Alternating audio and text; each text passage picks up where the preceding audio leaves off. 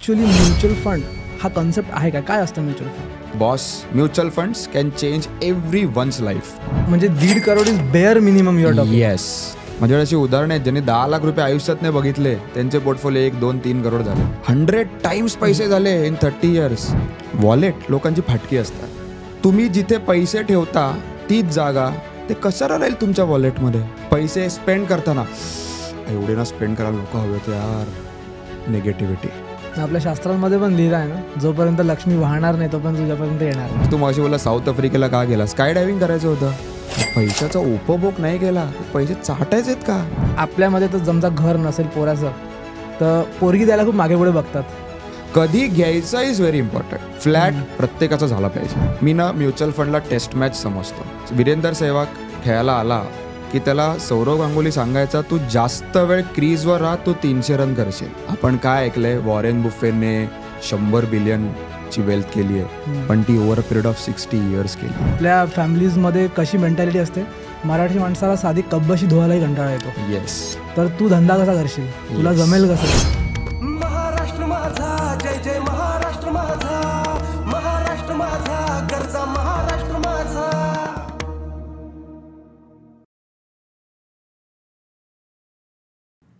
नमस्कार मावळ्यांनो, स्वराज्यवाणीच्या 3ऱ्या एपिसोडमध्ये तुमचं स्वागत आहे. आज आपण बोलणार आहोत फ्रीडम, स्वातंत्र्य या टॉपिकवर. 17व्या शतकामध्ये जेव्हा शिवाजी महाराजांनी स्वराज्याची रचना केली तेव्हा स्वातंत्र्य, फ्रीडम या शब्दाचा अर्थ फार वेगळा होता. आणि आजच्या 21व्या शतकात फ्रीडम या शब्दाचा अर्थ फार वेगळा आहे. जेव्हा आज आपण फ्रीडमची गोष्ट करतो तेव्हा आपल्याला फायनान्शियल आणि मेंटल फ्रीडम या 2 टॉपिकवर फार जास्त लक्ष द्यायची गरज आहे. तर याच गोष्टीला एक्सप्लोअर करण्यासाठी आज आपण भेटणार आहे राहुल कुलकर्णी यांना. राहुल कुलकर्णीबद्दल एक थोडं शॉर्ट इंट्रोडक्शन देतो. ते इन्व्हेस्टमेंट ॲडवायझर आहेत, ते म्युच्युअल फंड एक्सपर्ट आहे. आणि आज तुम्हाला या व्हिडिओमध्ये तुम्ही कशी तुमची वेल्थ बिल्ड करू शकता, तुम्ही कसे श्रीमंत होऊ शकता या टॉपिकवर ते प्रकाश टाकतील आणि आपल्याला सांगतील की तुम्ही या गोष्टी कशा अचीव करू शकता. नमस्कार राहुल दादा, कसा आहेस? Very much. थँक्यू. कसा आहेस तू? कसं वाटत आहे? एक नंबर, as usual. Always energetic, always टकाटक. नाही, ते वाटतं इंस्टाग्राम रील्समधून जेव्हा तू बोलतो ना, म्हणजे असं डायरेक्ट रील्समधून शब्द निघतात आणि डायरेक्ट ते हृदयाला लागतात. त्यामुळेच म्हणजे अशी फार इच्छा होती. 6 महिन्यापासून मी प्रयत्न करतो तुझ्यासोबत पॉडकास्ट करायचा, पण सुरू होऊ नव्हतं शकत. Thank you very much. तुझ्याबद्दल थोडं पहिलं आम्हाला सांग की आमच्या ऑडियन्सला, आमची जी ऑडियन्स आहे त्याच्यासाठी तू रिलेटिव्हली न्यू आहे, तर तुझ्याबद्दल थोडं सांग की कोण आहेस तू? ओके, सो मी तुला माझ्या एज्युकेशन बॅकग्राऊंडपासून सांगतो. ओके. सो मी 2009ला बी मेकॅनिकल म्हणजे इंजिनिअरिंग केलं. अरे वा, तू पण बी मेकॅनिकलच आहेस का? आणि फर्स्ट इयरला केटी होती, जी 4थ्या सेमिस्टरला, ज्याला आपण गोल्डन अटेम्प्ट म्हणतो, त्याला सुटली. 2009ला इंजिनियर झालो. त्यानंतर काय करायचं कळत नव्हतं. जसे सगळेजण इंजिनियर झाल्यावर MS करतात. 2 ऑप्शन्स होतात, MS किंवा MBA. MS ला जायचं नव्हतं कारण तेवढी आर्थिक परिस्थिती नव्हती, म्हणून MBA केलं. 2010 ते 2012 MBA केलं. MBA केल्यानंतर 2 ऑप्शन्स होते माझ्याकडे, एक तर कॉर्पोरेट जॉब घ्यायचा किंवा एंटरप्रेन्योरशिपमध्ये जायचं. सो प्रामुख्याने माझे बाबा स्टॉक ब्रोकर आहेत 1992 पासून. Wow. We are into stock market since 1992, म्हणजे आज साधारण 32 वर्ष झाले. 32 वर्ष. सो 2012ला आतून एक असा आवाज येत होता की काहीतरी लोकांसाठी केलं पाहिजे, पण काय करायचं ह्याची ॲब्सोल्यूट क्लॅरिटी नव्हती. बरं ठीक आहे म्हटलं, आता एंटरप्रेन्योरशिप स्वतः काही करण्याची धमक पण नव्हती, म्हणून बाबांना जॉईन झालो. जेव्हा जॉईन झालो तेव्हा फक्त बाबा माझ्या पाठीशी होते. बाकी घरातले सगळेजण म्हणत होते, तू एवढा शिकलेला आहेस, चांगला जॉब कर. त्यावेळेला MBAला जेव्हा बाहेर पडलो त्यावेळेला मला एक 8 लाखाची नोकरी मिळालेली. ओके. सो ती नोकरीला आपण असं म्हणतो ना, लाथ मारली त्यावेळेला. आणि 2012च्या वेळेला 8 लाखाची नोकरी म्हणजे फार मोठी गोष्ट झाली. येस. सो 2012ला जस्ट पासआउट झालो, त्यावेळेला 8 लाखाची नोकरी होती आणि बाबांना जॉईन झालो. सो 2012 ते 2016 हा 4 वर्षाचा काळ असा होता की आम्ही ॲडवायझरी करायचो स्टॉक्स आणि म्युच्युअल फंड्समध्ये. प्रामुख्याने आम्ही स्टॉक्स करायचो. म्युच्युअल फंड्सला एवढा कधी भाव दिला नव्हता मी, कारण मला असं वाटायचं स्टॉक्समध्ये खूप पैसे बनतात. 2016ला मला असं जाणवलं की म्युच्युअल फंड्समध्ये लोकांची तुफान वेल्थ बनती आहे. आणि जर मी पूर्ण स्टॉक मार्केटची आमची हिस्ट्री बघितली, आम्ही जे आमचे क्लायंट्स आहेत त्यांची, सो त्या पूर्ण 92 ते 2016मध्ये हार्डली काही लोकांनी पैसे बनवले, which is not even 1% of the total client. आणि मी जेव्हा म्हणतो पैसे बनवले, मी एक नेहमी टर्म वापरतो, जनरेशनल वेल्थ. पैसे बनवलेच नाहीत आणि जनरेशनल वेल्थ तर खूप कमी लोकांनी बनवला.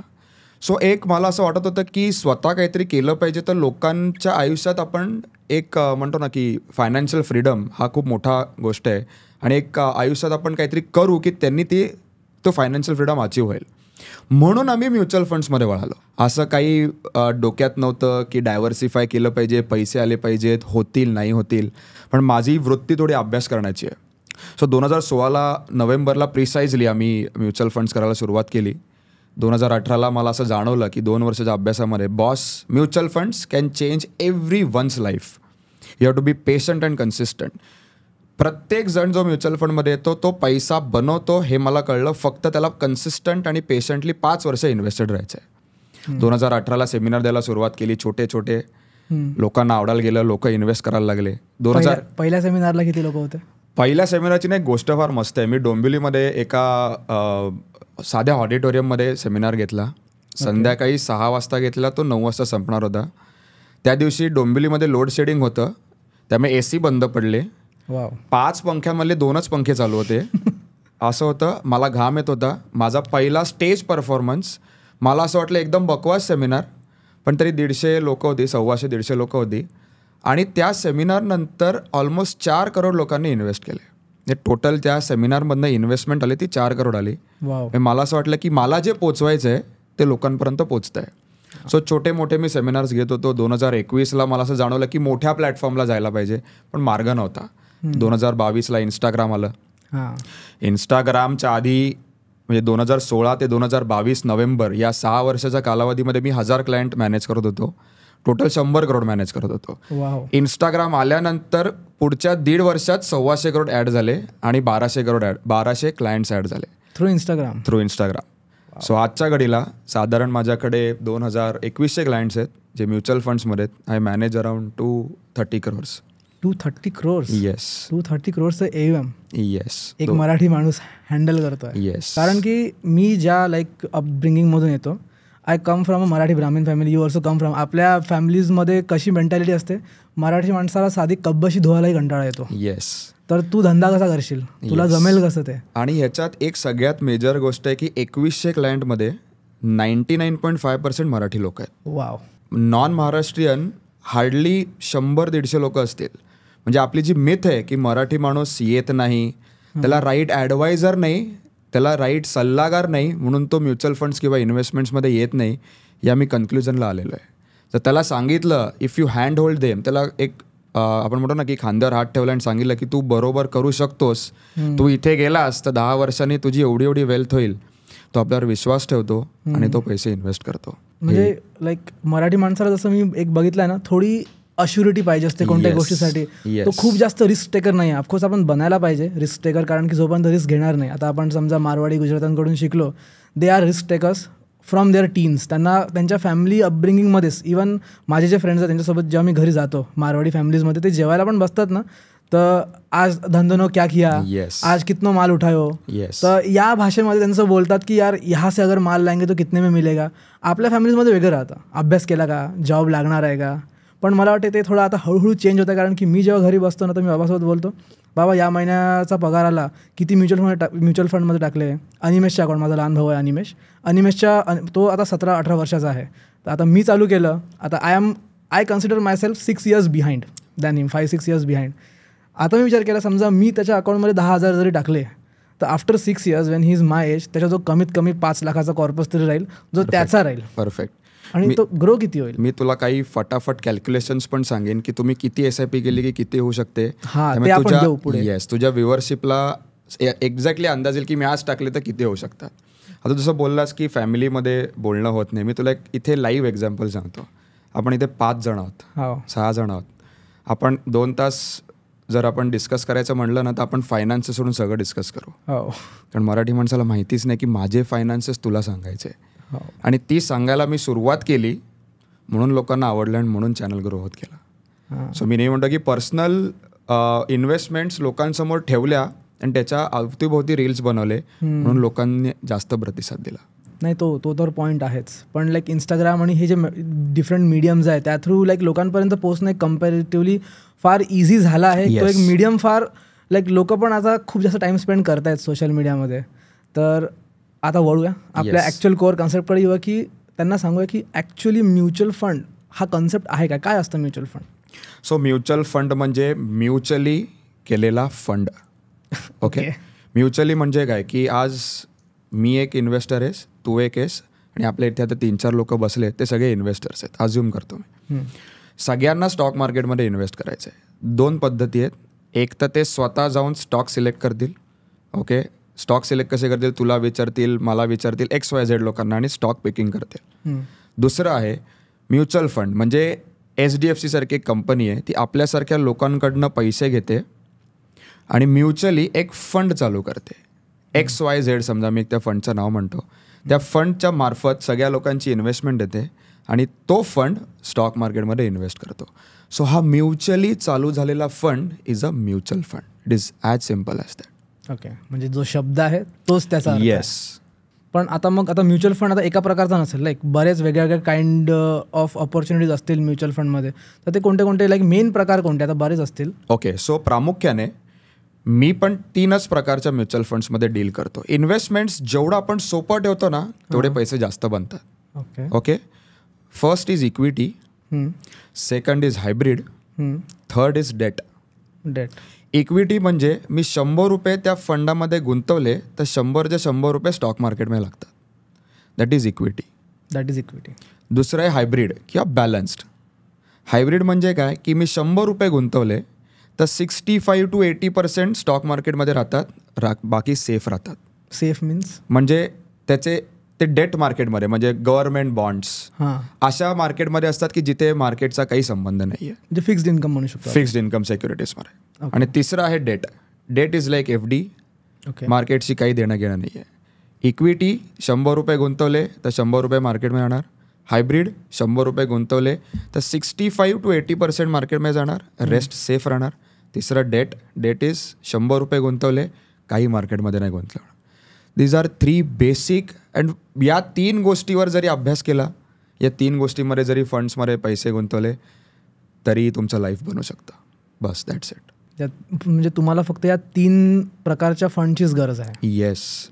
समजा कोणी व्यक्ती, आता कन्सिडर कर की I am a beginner, I am a noob in mutual fund and investing.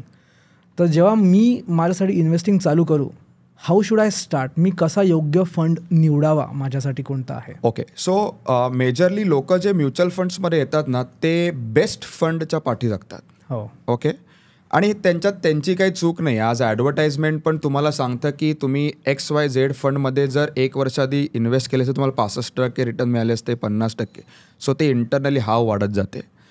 माझं तत्वच आहे की बेस्ट फंड नावाची गोष्टच नाही आहे मार्केटमध्ये. ओके, मी जेव्हा कोणी फायनान्शियल प्लॅनिंगला येतो त्यांना मी सांगतो फंड्स आपण लास्टला ठेवू. मी काही 2-3 गोष्टी असेस करतो. पहिली गोष्ट म्हणजे तुझं एज किती आता? मी 25 आहे. You are pretty young. बरोबर आहे. 58ला नॉर्मली आपण रिटायर होतो. सो 58 - 25 तुझ्याकडे 33 वर्ष आहेत रिटायरमेंटला. एनिथिंग बियॉन्ड 10 years जर रिटायरमेंटला असेल तर तुला 100% रिस्क घ्यायचीच आहे. ओके, सो रिस्क म्हणजे काय की तुला ॲग्रेसिव्ह फंड्स घ्यायचे आहेत जे वोलाटाईल असतील मार्केटमध्ये पण over a period of time चांगले रिटर्न्स देतील. दुसरी गोष्ट, मी जर 100 रुपये गुंतवू शकतो तर मी 100च्या 100 रुपये म्युच्युअल फंड्समध्ये लावणार आहे. लोक काय करतात, माझ्याकडे 100 रुपये गुंतवायला आहेत तर मी 10 रुपये गोल्डमध्ये टाकतो, 10 रुपये मी बॉन्ड्समध्ये टाकतो, 10 रुपये मी RD करतो आणि बाकीचे उरले 10 रुपये समजा मी म्युच्युअल फंड्समध्ये टाकतो. आता ह्याने काय होतं की जो म्युच्युअल फंडमधला जो पोर्शन असतो तो तुला प्रॉबब्ली 15-20% रिटर्न देऊन जातो, पण बाकीचे जे ॲसेट क्लासेस आहेत ना ते तुला 7-8% रिटर्न देतात. अंडर 10%. Yes, under 8%. FDच्या जवळपासच रिटर्न देतात तुला. जिथे सेक्युरिटी आली तिथे तुला FD रेट ऑफ इंटरेस्ट मिळतं. सेक्युरिटी म्हणजे व्हॉलॅटिलिटी कमी आली तिथे तुला 7-8% रिटर्न मिळतात. जिथे रिस्क आली, व्हॉलॅटिलिटी आली, तिथे तुला 12 ते 15% रिटर्न्स मिळतात. सो जसं मी बोललो, फर्स्ट इज तुला रिस्क असेसमेंट करायची आहे. मी जेवढा यंग तेवढं मी ॲग्रेसिव्हली फंड्स घेणार आहे. दुसरं आहे की मी 100 रुपये आहे माझ्याकडे इन्व्हेस्ट करायला तर मी 100च्या 100 रुपये म्युच्युअल फंड्सला लावणार आहे. तिसरी गोष्ट, मी टेन्युअर डिसाईड करणार आहे.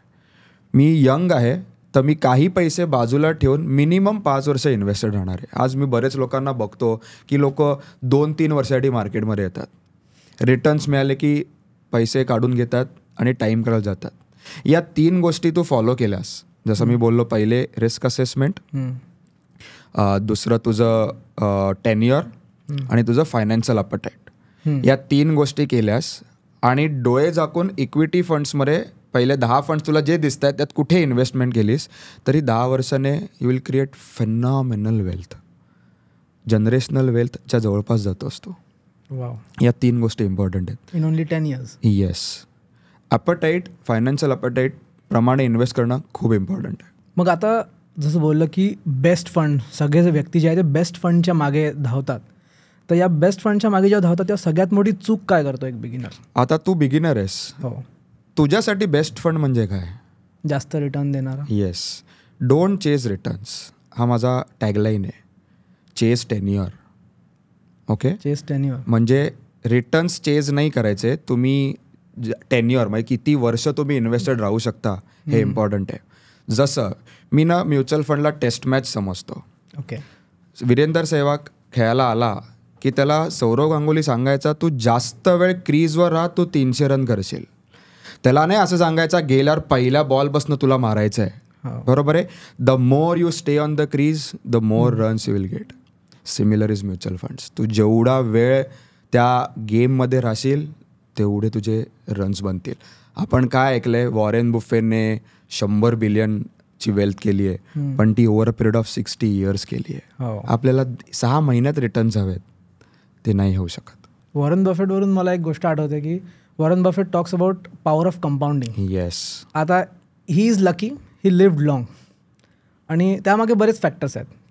त्यांची मेंटल हेल्थ, त्यांची फिजिकल हेल्थ, त्यांनी स्वतःला तेवढं मेंटेन केलं. आता थोडं म्युच्युअल फंडच्या टेक्निकल्सपासून दूर जाऊ. आपण बघतोय तुमच्या इंस्टाग्रामवर, आणि मी पण स्वतः फिजिकली खूप ॲक्टिव्ह आहे in gym and in cardio. ते कळतंय, तू एकदम छावा दिसतोयस. कारण सेम टू यू. थँक्यू. दोघं भाऊ सारखेच दिसतो. येस. तर आणि रिसेंटली साऊथ आफ्रिकेची ट्रिप पण तू जाऊन आलास. येस. तर त्याचा एक्सपिरियन्स सांग ना की हाऊ अ साऊथ आफ्रिकाची ट्रिप, तू अफोर्ड कशी केली ती ट्रिप आणि हाऊ इट ऑल हॅपन? याला मी टाईम फ्रीडम म्हणतो. ओके, सो पहिल्या तू जो फ्रीडमचा विषय काढलास, मी ज्या ऑन्ट्रप्रेनरशिप जॉईन झालो, म्हणजे मी त्या जर्नीमध्ये आलो त्यावेळेला एकच माझ्या डोक्यात होतं एम की एक स्टेज अशी आली पाहिजे की मनी वर्क्स फॉर यू. पहिली स्टेज अशी असते की you work for the money and then money works for you. पण तो जर्नीवर यायला, तो पाथ डिफाईन व्हायला मला एक 4-5 वर्ष गेले.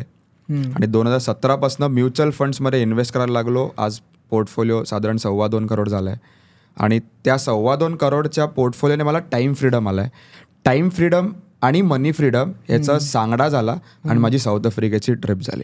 So I make sure every year मी 1 किंवा 2 इंटरनॅशनल ट्रिप्स करतो, 2 किंवा 3 मी डोमेस्टिक टूर्स करतो, आणि बाकी आजूबाजूला तर खूप असतं. बिकॉज जेवढं माइंड डिक्लटर्ड राहतं तेवढं मी एक्सपोनेन्शियली ग्रो करतो. आणि that is the power of compounding, ते जे मला म्युच्युअल फंडने दिलं ते. पण 2100 क्लायंट्स, 230 करोडचं AUM हँडल करताना एवढ्या ट्रिप्स घ्यायचा वेळ कधी भेटतो? सो हे सगळं सिस्टीम बेस्ड काम आहे माझं. ओके, माझ्याकडे टीम आहे 11 जणांची, ओके, प्लस सिस्टीम्स लावलेले आहेत. सो कसं होतं की मी एकटा हँडल नाही करू शकत हे मलाही माहिती आहे. करेक्ट. आणि ज्या वेळेला सिस्टीम्स रॉबस्ट असतात त्यावेळेला तुम्ही ग्रोथ चांगली करू शकता. मी एक मेंटॉर, माझा डिजिटल मार्केटिंगमध्ये एक मेंटॉर होता, तो नेहमी म्हणायचा की पीपल फेल, सिस्टीम्स डोंट. म्हणजे तुम्ही मॅन्युअली सगळं काम करायला गेलात तर you are bound to fail 100%. पण तुम्ही सिस्टीम्स ठेवला तर your probability of failure is reduced by 50%. म्हणजे सिस्टीमला तुम्ही जसं ट्रेन करताच ही सिस्टीम काम करते. So people fail, systems don't. Me try करतो की सिस्टीम्स बिल्टअप करायच्या, लोकांशी जास्तीत जास्त संवाद करायचे, आणि जास्त लॉंग टर्म इन्व्हेस्टर्सच घेतो. तू आलास उद्या माझ्याकडे आणि मला सांगितलं राहुल 1 करोड घे, मला 2 वर्षात 2 करोड घे, ते करून दे. मी म्हणतो सॉरी, राम राम, आपल्याला अशी इन्व्हेस्टमेंटच नको आहे. 5 वर्ष थांबणार आहेस, तू मला 1 लाख रुपये दे, I am okay with it, पण 5 वर्ष थांबण्याची कमिटमेंट पाहिजे. सो ते माझ्यावर राहतात, मी त्यांची जर्नी अनुभवतो, ते माझी जर्नी अनुभवतात. फॉर्मिंग अ सिस्टीम म्हणजे बिंग अन मेकॅनिकल इंजिनियर मायसेल्फ, मला पण असं वाटतं की आपल्या त्या रक्तामध्ये आला आहे आता. येस. आणि जेव्हा सिस्टम्सचं म्हणतो तेव्हा सिस्टमॅटिक ऑपरेटिंग प्रोसिजर, आपण जी SOPs असतात, माझ्या मेकॅनिकल इंजिनिअरिंगच्या 4 वर्षामध्ये मला काहीच आठवत नाही. टॉस नाही आठवत, मॉम नाही आठवत, काहीच आठवत नाही. पण मला SOPs जे माझ्या सरांनी शिकवलं होते की you should always look for SOPs. Perfect. तर मला असं वाटतं की माझ्या पण जर्नीमध्ये मला ते फार यूज होत आहे. आता करंटली आय एम वर्किंग, माझा जॉब सुरू आहे, तिथे पण I am trying to form SOPs into small things. आम्ही रील पण बनवतो आहे ना, तर रील अशीच एडिट झाली पाहिजे, पहिले हीच प्रोसिजर फॉलो झाली पाहिजे. तर आय थिंक ते तू पण यूज करतोय. Very good. मला माझ्यासाठी हे नगेट्स आहेत माझ्या एडिटिंग प्रोसेससाठी सांगण्यासाठी. गुड. आता पुढे जाऊ. आपण म्युच्युअल फंड्समध्ये बद्दल बोललो की म्युच्युअल फंड्स अशा प्रकारे वर्क करतात. आता actually let's come to the point की आता मला म्युच्युअल फंड माझा पोर्टफोलिओ बिल्ड करायचा आहे. तर should I invest all my money in 1 fund और 2 फंड्स ओनली, और should I consider multiple funds? जर तुला पोर्टफोलिओ बिल्टअप करायचा आहे तर एका फंडमध्ये टाकणं is concentration of all your money. म्हणजे तो फंड चालला नाही तर तू सायकोलॉजिकली डाऊन होशील. सो 3-4 फंड्स असणं खूप इम्पॉर्टंट आहे. ओके, म्हणजे आपण म्हणतो ना की don't put all your eggs in 1 basket, तसं don't put all your money in 1 fund. In 1 mutual fund, I mean in mutual fund is okay. म्हणजे you can put all your eggs in mutual fund is still okay, but not in 1 fund. माझे पूर्ण पैसे mutual फंड्समध्ये आहेत, पण diversified in to 8 funds आहेत. माझ्याकडे 8 funds आहेत. लोक म्हणतात 4 घेतलं पाहिजेत, लोक म्हणतात 10 घेतलं पाहिजेत. As far as you are comfortable in managing your own money, तू 8 फंड घे, 5 फंड घे, 4 फंड घे. ॲडवायझर कम्फर्टेबल आहे तुझा की 5 फंडमध्ये तो तुला मॅनेज करू शकतो, इट इज ओके. पण एक फंड नॉट ॲडवायजेबल. पण आता समजा आपण टोटल आपली वेल्थ बिल्ड करतो, तू म्हणतो की 100% आपण आपला पैसा पूर्ण म्युच्युअल फंडमध्ये टाकू शकतो. बट धिस स्ट्रॅटेजी मला वाटते की it will vary for different age group, right? Like मी आता 25चा आहे, मी जर पूर्णपणे डुबलो, which is highly unlikely mutual फंडमध्ये, पण I can invest in that. आता समजा माझ्या वडिलांबद्दल आपण बोललो, he is 54 years old. He cannot take risk of losing all that money at age of 54. तर आपण आता 3 वेगळ्या एज ग्रुप्सबद्दल बोलू. एक माझा like 18 to 35 which have high risk appetite according to me, एक 35 to 50 आणि एक 50 to रिटायरमेंट अबाव 50. आता या एज ग्रुपसाठी समजा आपण डिफरंट इन्व्हेस्टमेंट ऑप्शन समजा बघितले, तर how should they distribute their investments? त्यांनी ते डिस्ट्रीब्युशन कसं ॲड केलं पाहिजे त्यांच्या पोर्टफोलिओमध्ये to be safe, to get consistent returns? 18 to 35 has to be 100% in mutual funds. 100% in mutual funds, yes. No need for gold और रिअल इस्टेट? काही गरज नाही. Real estate for me is a complete no, 0 फुल्या मारायच्या, especially formative एजमध्ये. मी तुला quantify करतो गोष्टी इन टर्म्स ऑफ नंबर. ज्या नंबर्स येतात ना त्या कन्व्हिक्शन वाढतं. बरोबर आहे. आज तुझी कॅपॅसिटी आहे 50 लाख 50,000 दर महिना इन्व्हेस्ट करायची. So mutual funds 50,000 a month. दरवर्षी तू 10% स्टेप अप, म्हणजे दरवर्षी तू 5,000ने SIP वाढतोय. म्हणजे पहिले 12 महिने 50,000, पुढचे 12 महिने 55, मग 60, असं दरवर्षी तू 5,000ने वाढवतो. If you do it consistently for 10 years, 12% CAGR will give you 1.5 crores. 12% वार्षिक परताव्याने तुला 1.5 करोड रुपये मिळतात. किती पर्सेंटने? 12%. 12%. We are expecting this minimum, म्हणजे कमीत कमी 12%. Benchmark is 12%. त्याच्यावर जे काय मिळतील तुझा बोनस. हा बेंचमार्क कशावरून आला? डेटा सांगतो. ओके. की डेटा सांगतो की कुठलाही चांगला fund इररेस्पेक्टिव्ह of market conditions 10 years CAGR हा 12% मीट होतो. ओके. 50,000 SIP दरवर्षी 5,000ने वाढवली, 10 वर्ष केली, 12%ने 1.5 करोड होतात. 1.5 करोड होतात. येस.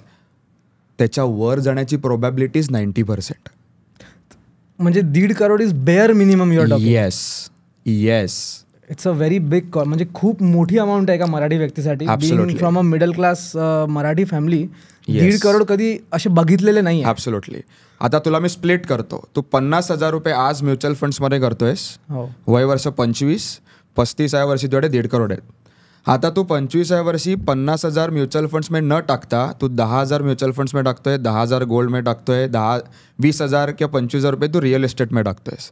25,000 लोनवर रिअल इस्टेट येत नाही, तर आपण अजून ॲसेट क्लास टाकतोय जिथे तुला 7-8% रिटर्न्स मिळत आहेत. दॅट 10,000 SIP दरवर्षी 1,000ने वाढवली, 10 वर्ष केली तर 31 लाख रुपये होतात. सो जसं मी बोललो, 10,000ची SIP केली, दरवर्षी 1,000ने वाढवली, 10 वर्ष केली तर 31 लाख रुपये होतात. 40,000 रुपये मी फिक्स्ड ॲसेट क्लासमध्ये टाकतोय, जे मला 6 ते 7% देत आहेत. 10 वर्षाने 7%ने साधारण 70 लाख रुपये होतात. ओके. आता 50,000ची SIP मला 1.5 करोड देत होती. 50,000च्या SIPच्या ऐवजी मी 10,000 SIP आणि 40,000 फिक्स्ड ॲसेट क्लासमध्ये टाकले, तर माझे साधारण 1 करोड होतात. इथेच 50 लाखाचा फरक पडला. पण मेजर फरक काय, जर मला म्युच्युअल फंड्समध्ये 12% ऐवजी 15% मिळाले तर माझे 1.5 करोडचे 2 करोड होतात. 12च्या ऐवजी 15 झाले तर. येस. वाव. सो 2 करोड आणि 1 करोड, 1 करोडचा फरक पडला.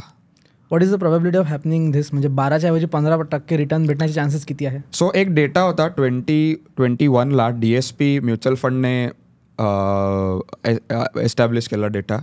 ज्या फंड्सना 10 इयर्स झालेत म्युच्युअल फंड इंडस्ट्रीमध्ये, equity of all the equity funds 79 funds असे होते की ज्यांना 10 वर्ष झालेले. List return was 11.19%. List return was 11.19. Yes. Okay. Highest was 17.84. कोणत्या म्युच्युअल फंडने दिला होता? DSPचा डेटा आहे. माझ्या रीलमध्ये पण आहे, मी डेटा वाटला तर शेअर करतो. हां, चालेल. 2021ला त्यांनी हा डेटा दिलेला. रॅली येण्याच्या आधी, 21ला तर रॅली आली, आता जी रॅली चालू आहे त्याच्या आधीचा डेटा आहे. सध्याचं बुल मार्केट. येस. 79 फंड्सना 10 वर्ष झालेले. List was 11.19. Highest was somewhere around 16. Highest तर खूप जास्त होता. Average was 15.5. सो मी नेहमी म्हणतो the probability of you getting more than 12% is 100% जेव्हा तुम्ही 10 वर्ष राहता. 10 वर्ष. बेंचमार्क 1.5 करोड पकडले तरी बॉस केवढे पैसे झाले. माझ्याकडे अशी उदाहरणं आहेत ज्यांनी 10 लाख रुपये आयुष्यात नाही बघितले, त्यांचे पोर्टफोलिओ 1, 2, 3 करोड झालेत. 10 लाख पूर्ण फॅमिलीने नाही बघितले कधी आयुष्यात. Over a period of 7-8 years 1 करोडचा पोर्टफोलिओ झाला आहे, 2. असे अनेक उदाहरणं आहेत. Consistency, patience with right advisory. Consistency, patience with right advisory. जसं तुला रिअल इस्टेट नव्हती घ्यायची, दिस इज राईट ॲडवायझरी. तू जर चालू करताना पहिले रिअल इस्टेट घेतलीस तर डायरेक्ट 10-15 वर्ष आधी म्हणजे तू फेकला जातोस. You don't make money in the next 10-15 years, कारण मेजर पैसे तुझे EMI मध्ये जातात. सो ॲडवायझर असेल तर तू तुला तो थांबवतो, थांब पैसे बनव, मग रिअल इस्टेट घे. This is one of the examples. From real estate perspective, आता जेव्हा आपण आपल्या फॅमिलीजमध्ये, मराठी फॅमिलीजमध्ये बघतो, घर हे खूप सेंटिमेंटल. मराठी फॅमिलीज काय, पूर्ण जगामधल्या सगळ्या फॅमिलीजमध्ये घर हे फार सेंटिमेंटल टॉपिक आहे. आणि आपल्यामध्ये तर जमचा घर नसेल पोराचं तर पोरगी द्यायला खूप मागे पुढे बघतात. तर आता त्या पॅरेंट्सला कसं समजवशील तू की या सिच्युएशनमध्ये की आताची वेळ वेगळी आहे, कारण त्यावेळेला घर फार इम्पॉर्टंट गोष्ट होती आणि ती फार सेंटिमेंटल टॉपिक आहे मला असं वाटते. तर what will be a right age for a person to consider buying a house? ह्याच्या तुला बेस्ट एक्झाम्पल मी आहे. ओके. 2017 साली मी डोंबिवलीमधनं मूव आऊट झालो. मी घाटकोपरला मूव व्हायचं ठरवलं, कारण माझी बायको अंधेरीला जायची, बहीण दादरला जायची. सो ट्रॅव्हलिंग डिफिकल्ट होत होतं. मी घरच्यांना सांगत होतो आपण रेंटवर राहूया. वेडा आहेस का, वरती छप्पर स्वतःचं पाहिजे. मी ॲडवायझर आहे. आम्ही 40 वर्ष बिझनेसमध्ये आहोत. माझे बाबा, माझी बायको, माझे सासू सासरे यांनी प्रेशराईज करून घाटकोपरला मी 1.25 करोडचा फ्लॅट घेतला. राहुल कुलकर्णीची लायकी त्यावेळेला 80 लाख रुपयाचा फ्लॅट घ्यायची पण नव्हती, राहुलने 1.25 करोडचा फ्लॅट घेतला. 80-85 लॅक्सचं लोन घेतलं. याचा EMI मी अजूनही भरतोय. ओके. मी आत्तापर्यंत 62 लाख EMI भरलाय. 62 लाख रुपये 62 लॅक्स EMI भरलाय. ओके. ते घर मला विकायचं आहे, कारण मी आता घाटकोपरला राहत नाही, मी ठाण्याला राहतो. ते घर 1 करोड 20 काय 1 करोड 10 लाखाला पण जात नाही आहे. वाय? रिअल इस्टेट तुम्ही घ्यायला गेलात की वाटतं केवढ्या किमती आहेत. रिअल इस्टेट विकायला गेलात की असं दिसतं कोणी घेतच नाही आहे. ही hard fact of real estate आहे. हे पूर्ण मुंबईमध्ये काही गिने चुने रिअल इस्टेट डेव्हलपर्स सोडले तर. ओके. ओके. आपण मुंबईला हार्ट ऑफ रिअल इस्टेट म्हणतो, म्हणजे एवढा जो बूम आला आहे सध्या, म्हणजे एवढे हाय राईज टावर्स बनत आहे मुंबईमध्ये, स्टील ही कंडिशन काय. मी घ्यायला गेलो तर मी 10 लाख जास्त देतो, मी विकायला गेलो तर मी 20 लाख कमी घेतो. ही कन्क्लुजन आहे आफ्टर ॲनालायझिंग थाउजंड्स ऑफ पीपल. माझ्या मित्राने 2015ला पलावाला फ्लॅट घेतला डोंबिवलीमध्ये. एशियातली नंबर 1 टाउनशिप आहे पलावा. 6,000 एकरवर आहे. वाव. ओके. 2015ला फ्लॅट घेतला 61 लॅक्सला. 2022ला ठाण्याला मूव झाला, तो फ्लॅट 58 लॅक्सला विकला. हाऊ, म्हणजे like real estate appreciates with time, right? तुझ्या मित्रांना विचारून बघ एकदा ज्यांनी फ्लॅट विकलेत, तुला उत्तर बसलेले आहेत ते मागे. ते ॲक्च्युली रिअल इस्टेट इंडस्ट्रीमध्येच काम केलं आहे. येस.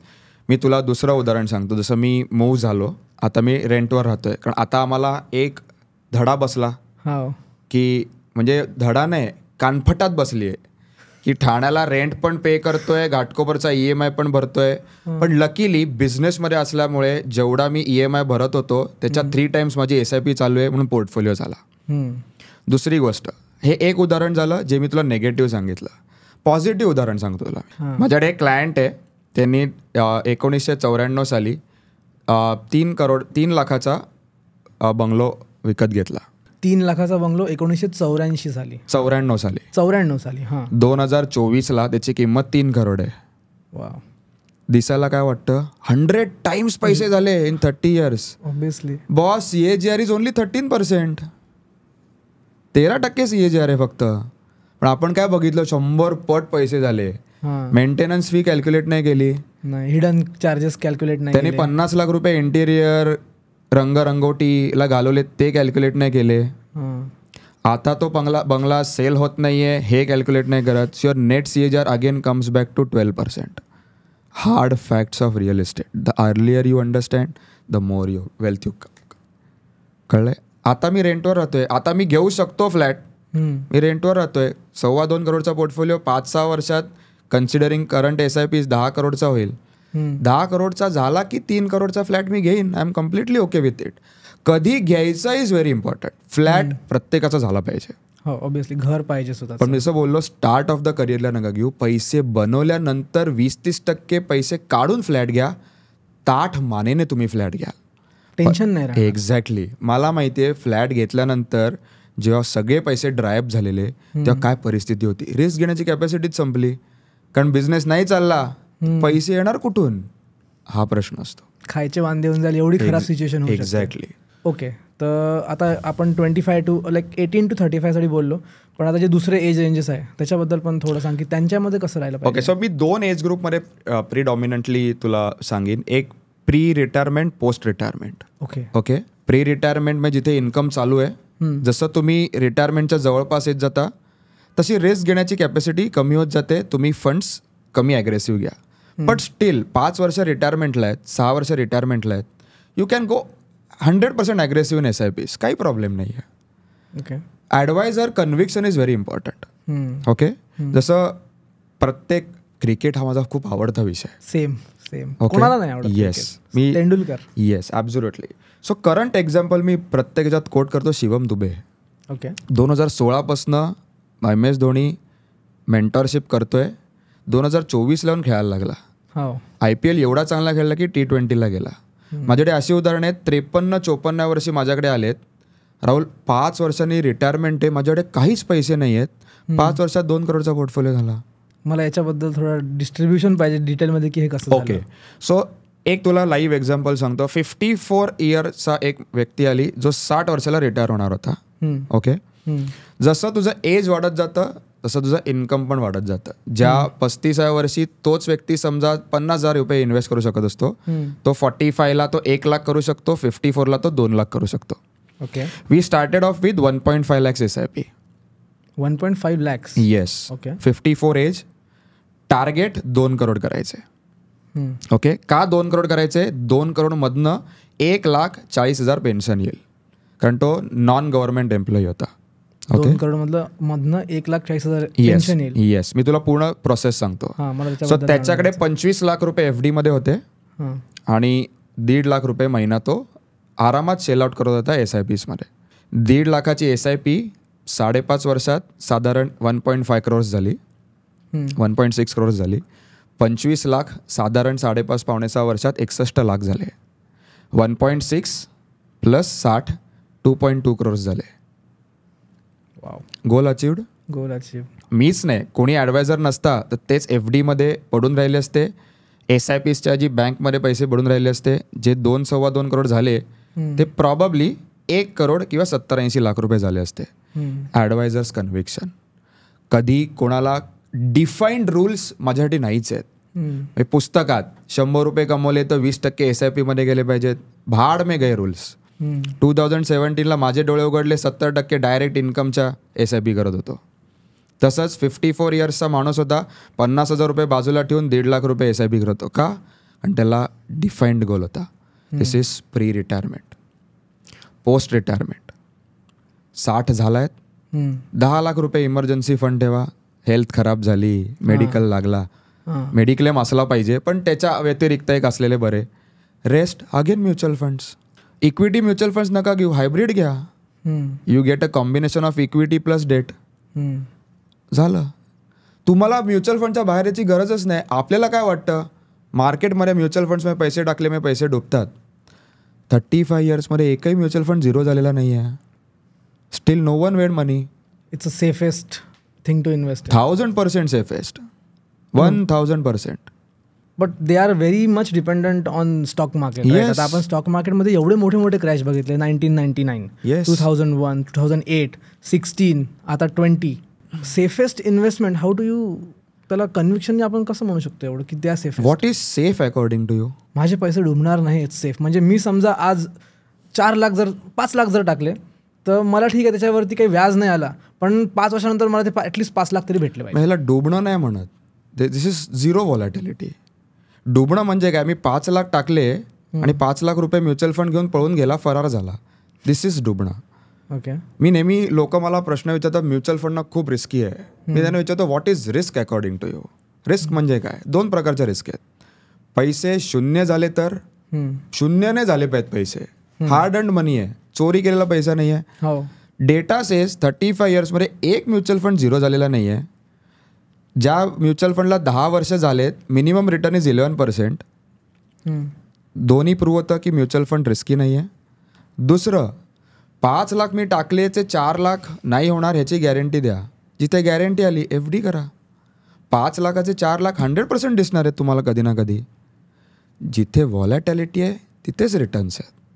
रिअल इस्टेट, लोकांना वाटतं की अमाऊंट खाली येणारच नाही. 1.25 करोडचा फ्लॅट 2017ला मी घेतलेला, 2024ला मी 1.25 करोडलाच विकला. म्हणजे झिरो ॲप्रिसिएशन आहे. मुद्दल खालीच आली आहे ना माझी. आणि वरून इन्फ्लेशन समजा ॲड केलं तर यू आर इन लॉस 100%. पण म्युच्युअल फंडचा लॉस दिसतो कारण तुम्ही अनुभवत नाही. ऑन पेपर आहे. ओके. मी लोकांना सांगतो तुमचे 2 करोड 2.5 करोड 3 करोड पोर्टफोलिओ झाले ना, थोडे काढा आणि गाडी घ्या. अनुभवा. Spend on experiences. जसं फेबमध्ये मी थोडे पैसे काढले आणि XUV 700 घेतली. घरच्यांना पण फील येऊ दे की राहुलचे म्युच्युअल फंड आम्हाला उपभोगण्यासाठी आहेत. लोक काय करतात, 20-15 करोडचे म्युच्युअल फंड आहेत आणि रेंटवर राहतात. युजलेस. घ्या ना पेंट हाऊस 5 करोडचा. Late money work for you. घरच्यांना पण वाटू दे. जसं तू मागाशी बोलला साऊथ आफ्रिकेला का गेला, स्काय डायव्हिंग करायचं होतं. स्पेनमध्ये किंवा साऊथ आफ्रिकामध्ये. स्पेन लास्ट इयरला बघितलेलं आहे, म्हटलं चला साऊथ आफ्रिकेला जाऊ. का? कारण पैशाचा उपभोग नाही केला, ते पैसे चाटायचे आहेत का? This is usage of money and that is very important. लोक त्याचा उपयोग करत नाहीत आणि त्यामुळे त्यांना प्रॉब्लेम येतो. पण केव्हा युसेज करणं, that is very important point. आता समजा आता आपण बऱ्याच लोकांना बघतो खिशामध्ये 5-50 हजार राहत नाही, EMIवर थारसारख्या गाड्या उचलून डिंगा मारत फिरतात. आणि त्याच बाजूला आपण दुसऱ्या साईडला बघतो एकदम सिम्पल साध्या शर्टामध्ये माणूस असतो तो, आणि आतमध्ये झाकून जर बघितलं ना त्याचा 50 लाखाचा इक्विटी पोर्टफोलिओ असतो, 1 करोडचा इक्विटी पोर्टफोलिओ असतो आणि सुखी माणूस राहतो एकदम, पण दाखवत नाही, काही नाही. ते मेंटॅलिटी मला वाटते की असलं पाहिजे एका माणसाच्या टेम्परामेंटमध्ये. माझं याच्यात थोडंसं वेगळं मत आहे. एकदम सिम्प्लिसिटी पण नाही राहायचं, एकदम स्पेंड पण नाही करायचं, मध्यम साधा. ओके. मध्यम साधा म्हणजे माझी कॅपॅसिटी XUV 700ची आहे घ्यायची तर मी घेणार आहे. मी आल्टो घेऊन गावभरला सांगणार नाही की मी किती सिम्पल आहे, माझी डाऊन टू अर्थ लाईफस्टाईल आहे. म्हणजे 2 करोडचा पोर्टफोलिओ, राहुल काय सिम्पल आहे ना, अजूनही आल्टोमधनं फिरतो. कशाला? Spend your money on experiences. जसं स्काय डायव्हिंग करायला गेलो, किती लोक मला म्हणले येडा आहे का, दिल्लीला पण होतं. ओके, 60,000मध्ये. पण जो अनुभवतो, जसं स्वित्झर्लंडचे लोक म्हणतात तू स्वित्झर्लंडला 2दा गेला, येडा आहेस तू, काश्मीरला जा. त्या लोकांनी स्वित्झर्लंड बघितलं नाही आहे ना. खर्च करायला लागतो त्यासाठी. दिस इज इम्पॉर्टंट. आणि बायकोला घेऊन जा लग्न झाल्यावर, ती जे 10 वर्ष तुला सांगेल काय म्युच्युअल फंड जबरदस्त आहे, तुम्हाला स्वित्झर्लंडला घेऊन. This is peace. This is happiness with money. Happiness with money. Yes. Your relationship with money is very important. आणि ते मी खूप आतून बिलीव्ह करतो. एक उदाहरण देऊ? चालेल. मला म्हणजे आय एम वेटिंग फॉर उदाहरण, कारण की मी एक उदाहरण आय एम नॉट मॅरिड, तर मी तेवढं रिलेट नाही करू शकत आहे की like how does she feel. उदाहरण देतो. युअर रिलेशनशिप विथ मनी. आज मी ठरवलं काय प्रथमेश जबरदस्त माणूस आहे, आता माझ्याकडे राहायला जायचं. ओके, मी उद्या तुझ्याकडे घरी राहायला आलो 10 दिवसांसाठी, आणि पहिल्याच दिवशी घरी कचकच कचकच कचकच चालली आहे तुझी आईबाबांची, तुझी बहिणीची, जे काही आहे. मी काय म्हणेन, घरी बरा होतो ना मी दुसऱ्या दिवशी बॅग पॅक करीन, काहीतरी कारण सांगेन आणि मी घरी घेऊन जाईन. सेम इज मनी. अशा घरात नांदतं जिथे हॅपीनेस आहे, जिथे पीस आहे. वॉलेट लोकांची फाटकी असतात. तुम्ही जिथे पैसे ठेवता तीच जागा जर त्याला you are not keeping it happy, ते कशाला राहील तुमच्या वॉलेटमध्ये. पैसे स्पेंड करताना एवढे ना स्पेंड करायला नको हवे होते यार, निगेटिव्हिटी. स्पेंड करायचं आहे तर असं स्पेंड करा की मी त्याच्यात 10x कमवीन, अदरवाईज करू नका. स्काय डायव्हिंग करताना अरे यार मी 1 लाख रुपये घालवले. Your relationship with money. Small things over a period of time compounding खूप लार्ज होता. And I truly believe on that. आपल्या शास्त्रांमध्ये पण लिहिलं आहे ना, जोपर्यंत लक्ष्मी वाहणार नाही तोपर्यंत तुझ्यापर्यंत येणार नाही. येस, ते असं म्हणतात श्रीमंतांकडेच पैसा जातो, कारण ती लोक तशी जपतात पैसा. ज्यांच्याकडे पैसा नसतो, मी जेव्हा रिस्क घ्यायचो त्या लोक घरचेच म्हणायचे किती रिस्क घेतो, अंथरूण पाहून पाय पसर. चला नवीन अंथरूण घेऊ ना, नवीन बेड घेऊ, मोठा अंथरूण. एक्झॅक्टली. पैसे काय झाडाला येतात का? 100% येतात. पॅसिव्ह मनी. 3 करोडचं झाड झालं, त्याची फळं ही पेन्शन अमाऊंट आहे. This is your relationship with money. That is very important. Shahrukh खानने एका खूप पब्लिक इंटरव्ह्यूमध्ये बोलले होते की मुझे चादर देखकर पैर फैलाने की आदत नहीं है, जितना मेरा पैर फैलेगा उतनी बड़ी चादर मैं खरीदूंगा. एक्झॅक्टली. आपण एक असा शिंपी ठेवू की जो जेवढीच आपले लेंथ वाढेल तेवढं दररोज तो वाढवत जाईल. एक्झॅक्टली. आता आपण हे एस्टॅब्लिश केलं की mutual fund are one of the safest investment if you are investing for long term. समजा आपण लॉंग टर्मला इन्व्हेस्ट करताय तर त्याच्यापेक्षा सेफ इन्व्हेस्टमेंट कोणतंच नाही आहे अकॉर्डिंग टू अन ॲडवायझर. आता मी माझ्या परिवारातला ॲडवायझर मी स्वतःला म्हणतो, कारण की जेव्हापासून मी एका फायनान्शियल इन्स्टिट्यूशनमध्ये कामाला गेलो, आय नो की इक्विटी मार्केट्स आणि म्युच्युअल फंडची ताकद किती आहे.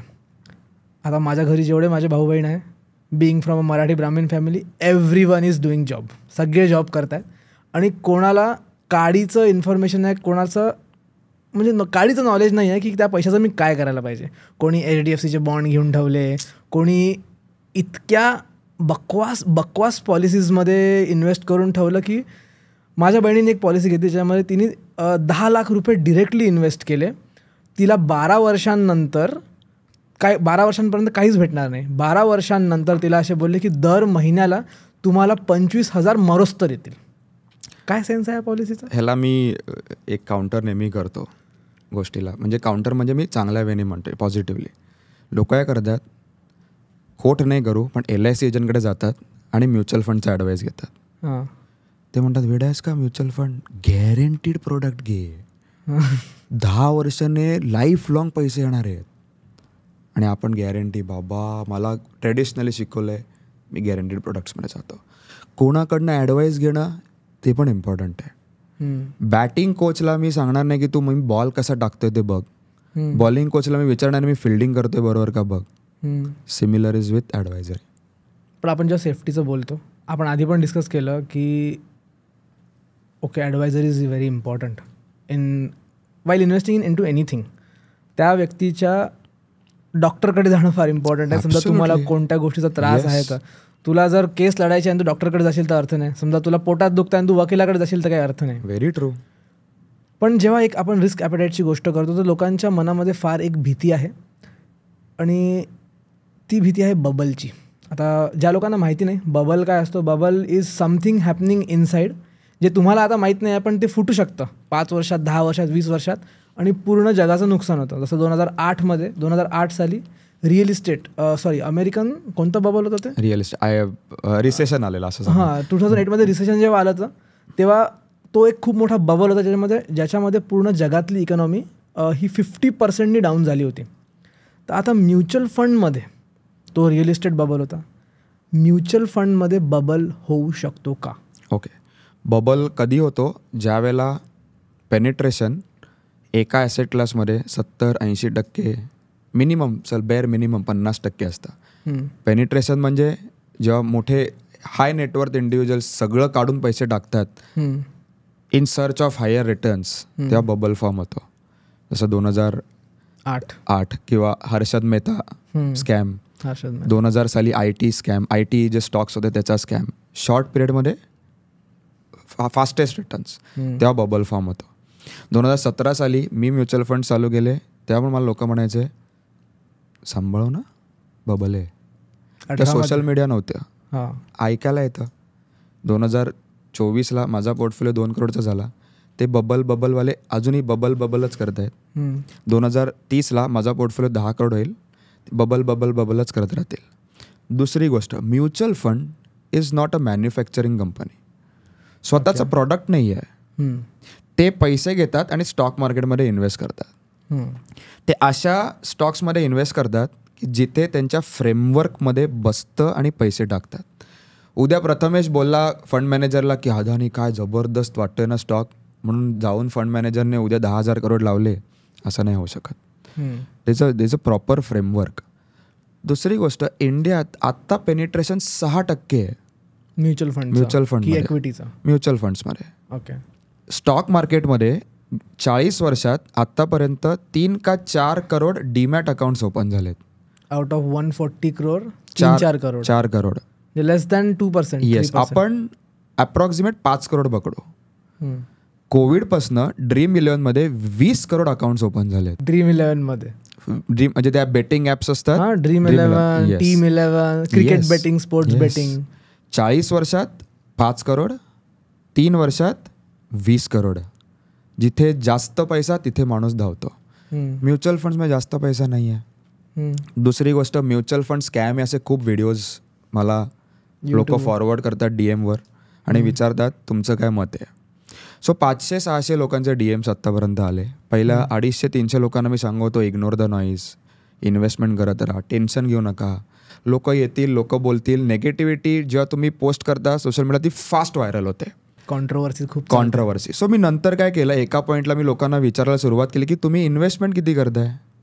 99% लोकांनी मला सांगितलं आम्हाला इन्व्हेस्टमेंट चालू करायची आहे.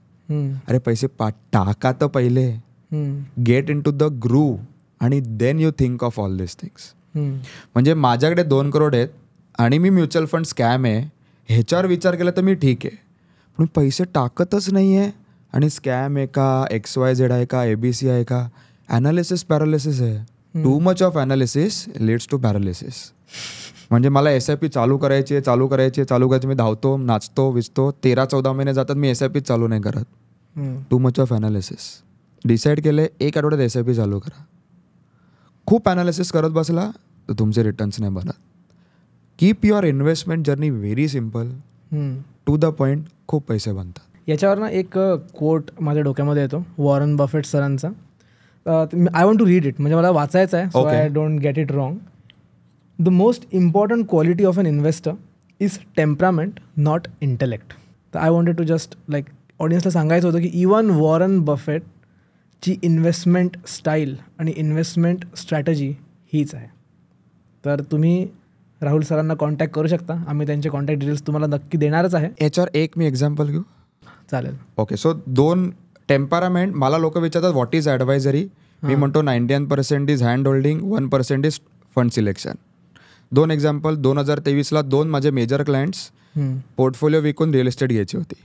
एकाचा पोर्टफोलिओ त्यावेळेला 52 lakhs होता. 30 लाख काढून म्युलुंडला तो डाऊन पेमेंट करून फ्लॅट घेणार होता. त्याला थांबवलं.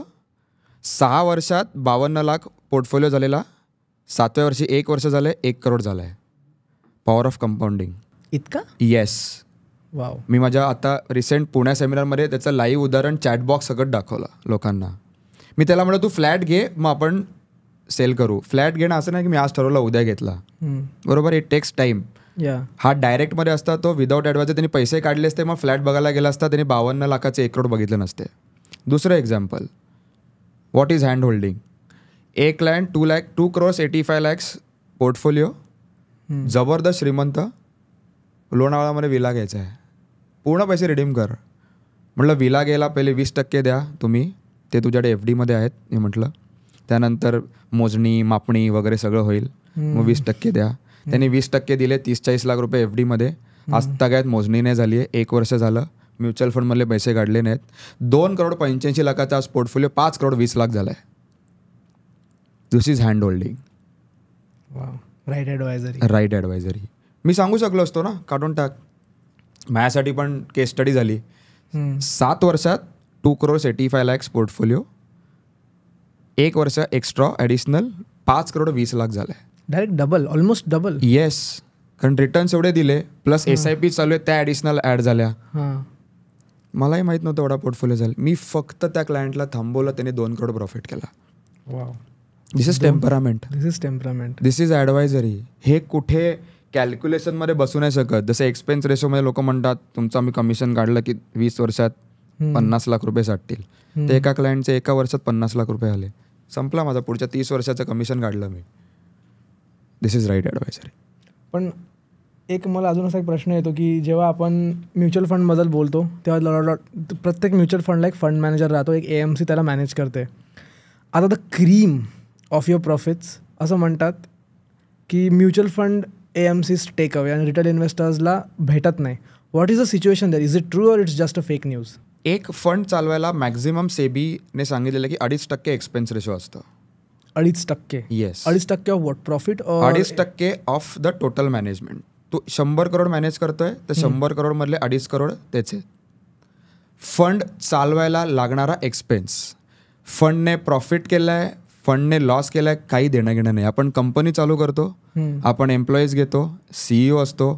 प्रॉफिट झाला तर सगळ्यांना पगार मिळतो का? नाही. लॉस झाला तरी पगार मिळतो ना. सो फंड समजा निर्माण झाला 100 करोडचा, तर SEBीने सांगितलंय 2.5% मॅक्झिमम एक फंड चार्ज करू शकतो.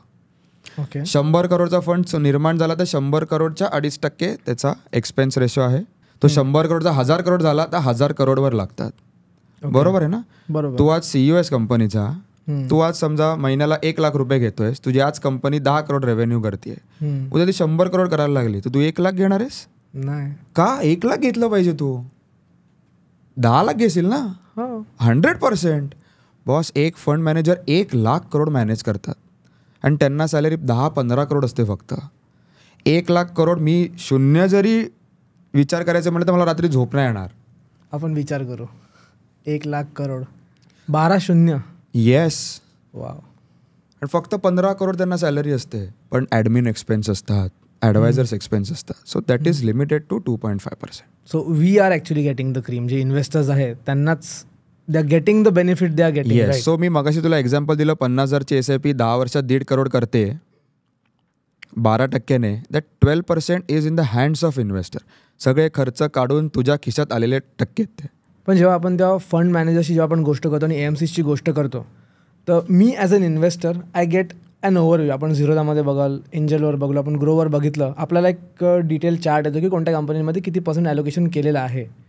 पण लाईव्ह काय होत आहे त्या AMCमध्ये ते आपल्याला कळत नाही. तर कधी कधी रिटर्न्स जास्त भेटायसाठी are they allowed to take riskier decisions आणि रिस्कियर चॉईसमध्ये टू मेक लॉसेस? आणि ही गोष्ट होऊ शकते का एक म्युच्युअल फंडमध्ये? होऊ शकते. स्मॉल कॅप फंड समजा तू घेतले तर स्मॉल कॅप फंड्समध्ये त्यांना रिस्क घेतल्याशिवाय ऑप्शनच नाही आहे.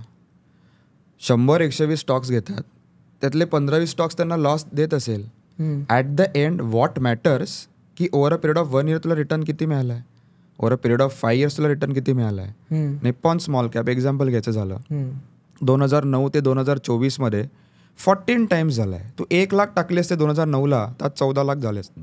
पण त्यात त्यांनी रिस्कियर बेट्स घेतल्या, काही स्टॉक्समध्ये लॉसेस बुक केले असतील. 1 लाखाचे 14 लाख झाले ना. तू FD करतोस ज्यावेळेला, तू दररोज फंड ह्याला बँकच्या मॅनेजरला फोन करतो का ती तुमची बँकेमध्ये लफडे तर नाही आहेत? बँक FDला 5 लाख इन्शुरन्स आहे, लोक 50-50 लाख रुपये करतात. पण when we are talking about those fund managers, आपण त्या फंड मॅनेजर्स बद्दल जेव्हा बोलतो, आता हजारो लोकांचे हजारो करोड रुपये ते मॅनेज करतात. Are they really transparent about दर इन्व्हेस्टमेंट? कारण आपण जेव्हा ॲप्समध्ये बघतो ते एक बेसिक ॲलोकेशन सांगतात की या कंपनीत एवढा टक्के टाकलं, या ॲसेटमध्ये एवढं टाकलं आहे डेट फंड्सच्या केसमध्ये. आर दे रिअली ट्रान्सपरंट की ते घेतात very risky bets to give you the returns, जे एकदम high return, high aggressive funds राहतात? What is the situation there about the transparency? 100% transparent system आहे. आपल्याकडे एक ऑर्गनायझेशन आहे सेबी, जगातली सगळ्यात बेस्ट ट्रान्सपरंट सिस्टम डिझाईन केलेली एकमेव ऑर्गनायझेशन आहे, दॅट इज सेबी. सगळं सेबी खाली येत आहे. ओके, तू जर फॅक्टशीट ओपन केलीस तर ते 20-25 पानाची असते. त्यात तुला ईच अँड एव्हरी डिटेल कळेल की फंड काय करतो. ओके, आपण त्या डिटेलमध्ये जात नाही, पण मी पण नाही जात एवढं. स्मॉल कॅप फंड, जसं मी मगाशी बोललो की ॲग्रेसिव्ह फंड्स आहेत. काही बेट्स रॉंग जाऊ शकतात, काही बेट्स बरोबर जाऊ शकतात. जो फंड चालवतो ना तो पण माणूस आहे ना, he is also human being. तो एक प्रॉबॅबिलिटी घेतो की मी 100 स्टॉक्स घेतले, ते मला over a period of 5 years 15% वर CAGR देतील. काही स्टॉक्स मायनस होतील, काही स्टॉक्स डबल, ट्रिपल, 4 times होतील. It's a game of probability. मी याच्यात पैसे टाकले स्टॉकमध्ये तर माझे पैसे वाढणारच असं बिलकुल नाही आहे. ॲज अ फंड मला रिटर्न दिला पाहिजे. Okay, that is very important. As a fund over a long period of time. Yes, जेव्हा तुम्ही त्या लॉंग ड्युरेशनचं टेम्परामेंट घेऊन चलाल, then only you can make money in mutual funds or stock market. Yes, stock मार्केटमध्ये तर आपलं टेम्परामेंटच नाही पैसे बनवायचं. ओके, म्युच्युअल फंड्समध्ये लोकांनी पैसे बनवलेत, कारण डाऊनसाईड लिमिटेड आहे, अपसाईड पण लिमिटेड आहे. मी 2016 म्युच्युअल फंड्स करायला सुरुवात केली. 4 वर्षाने 36 लाख रुपये इन्व्हेस्टेड होते, झालेले 30 लाख रुपये. 4 वर्षाचा रिटर्न 0. कोविड आला. आज 1,06,00,000 इन्व्हेस्टेड झाले 2,20,00,000. 10 year वाढलं. It compensates for the losses over the long period of time. So मी लॉसेसला पण प्युअर लॉसेस नाही म्हणणार, मी नोशनल लॉसेस म्हणेन. Losses is when you book losses. 36 लाखाचे 30 लाख झाले, मी 30 लाख रिडीम केले असते तर 6 लाख लॉस बुक झाला. मी जोपर्यंत बुक करत नाही, that is a notional loss. On paper येतो, दिसतोय, पण खरोखर आहे नाही. Yes, Wien you actually redeem the money and book, म्हणजे आता समजा तू पैसा काढला तर त्याला वाढण्याचे काही चान्सेस नाही until unless you are putting it somewhere. ते एक वेगळा पॉईंट झाला. But when you book the loss, then only you book the loss. When you redeem the money. If you don't redeem, that is a notional loss. Notional word खूप important आहे. Okay, like आता मी as a person I got an idea pretty much की how mutual fund works. पण आता मार्केटमध्ये बरेच दुसरे फायनान्शियल प्रोडक्ट्स पण आहे की जे फायनान्शियल कंपनीज, इन्शुरन्स कंपनीज खूप अग्रेसिव्हली प्रमोट करतात. आणि या भाषेमध्ये म्हणेन मी directly, sorry for the language, पण करोडो लोकांचा चुतिया कटला आहे. ॲब्सोल्युटली त्या याच्यामुळे. Sorry for the language once more, पण करोडो लोकांचा चुतिया कटला आहे आणि पुढे कटत राहणार. आता मला एक सांग, जेव्हा आपण टर्म लाईफ इन्शुरन्सला आपण म्युच्युअल फंडसोबत कम्पेअर करतो, how good that financial product really is compared to mutual fund? Term insurance is 100% necessity. माझ्यासाठी 3 basic needs of financial planning आहे. First is mediclaim. ऑफिसचा नाही, पर्सनल. ओके, तू 25 वर्षाचा, डायरेक्ट तुलाच आपण कन्सिडर करू. फॉर अ 25 year old 50 लाखाचा mediclaim आजच्या घडीला एका व्यक्तीला वर्षाला 12,000ला मिळतो. Gate yourself insured. Mediclaim म्हणजे हॉस्पिटलचा एक्सपेन्स तुझा 50 लाखाचा 12,000 रुपये वर्षाला कव्हर होतो. दुसरं टर्म इन्शुरन्स. CTCच्या नॉर्मली 15 times पाहिजे. ओके, मी म्हणतो 1 crore term insurance for a beginner is okay. या 2 गोष्टीमधनं पैसे राहिले तर म्युच्युअल फंड्स करायचे. Okay, so like mutual fund is second thing. Third thing to term insurance. First is mediclaim, term insurance and then mutual fund. Yes. का? कारण मी आज समजा 20,000ची SIP गेली, 12 महिन्याचे 2.5 लाख रुपये साठले, 2,40,000. 5 वर्षाचे 12 लाख साठले. आणि एक मेडिकल इमर्जन्सी, नो मेडिक्लेम, माझे 12 लाख शून्य झाले. कारण ते मेडिकल इमर्जन्सी आली, हॉस्पिटलचा एक्सपेन्स आला, मी कुठून पैसे काढणार? मी म्युच्युअल फंडमधून काढणार. So get yourself insured. Unforeseen event 2च आहेत, मला माहीत नसतं आणि कधी येऊ शकतात. हॉस्पिटलचा एक्सपेन्स आणि अनफॉर्सिन डेथ. मृत्यू झाला कोविडच्या वेळेला, खूप झाला. माझ्याकडे अशी काही उदाहरणं आहेत. टर्म इन्शुरन्समुळे लाईफ वाचली लोकांची. तीच लोक जी मला म्हणायची, तू आमच्या मरणावर का असं का एक्सपेक्ट करतोस की आम्ही लवकर मरू, तेच फॅमिली येऊन कर्त्याचा मृत्यू झाल्यावर टर्म इन्शुरन्सचे 2-2, 3-3 करोड मिळाले, येऊन पाय धरलेत माझे. त्यावेळेला तू आमचं ऐकलं नाहीस, गळ्यात मारला टर्म इन्शुरन्स, आणि त्याने माझं आणि माझ्या मुलांचं लाईफ सेक्युअर झालं. This is power of term insurance. Third is mutual funds. Mutual funds take a longer period to get to a wealth की जिथे लाईफ सटल होऊ शकतं. माझा 2 करोडचा म्युच्युअल फंड पोर्टफोलिओ, माझा 3 करोडचा टर्म इन्शुरन्स आहे, 50 लाखाचा मेडिक्लेम आहे. माझ्या पश्चात बायकोला 2 करोड पण मिळतील प्लस 3 करोडचा टर्म इन्शुरन्स पण मिळतील. माझ्या पश्चात ती सेफ राहील. मी जेवढं कमवतो तेवढं ती नाही कमवत, पण ती लाईफस्टाईल ती जगू शकते. It is very important. पण आपण आता टर्म लाईफ प्लॅन्सबद्दल जेव्हा बोलतो, मी ॲक्च्युली स्टडी केलं होतं टर्म लाईफ प्लॅनबद्दल. टाटा AIA युलिप प्लॅन एक प्लॅन आला आहे which is investment plus term life. तर एक मोठामोठी तुम्हाला एक एक्झाम्पल सांगतो जे मला त्या सेल्समॅननी दिलं होतं HDFC बँकच्या, की यू इन्व्हेस्ट, माझं एज कमी होतं तर मला काहीतरी वर्षाचं 1 लाख की 1.25 लाख रुपये त्याचं प्रीमियम येऊन राहिलं होतं फॉर 5 years. आणि at the end of 40 years tenure I will get the compounded money they invest in mutual funds.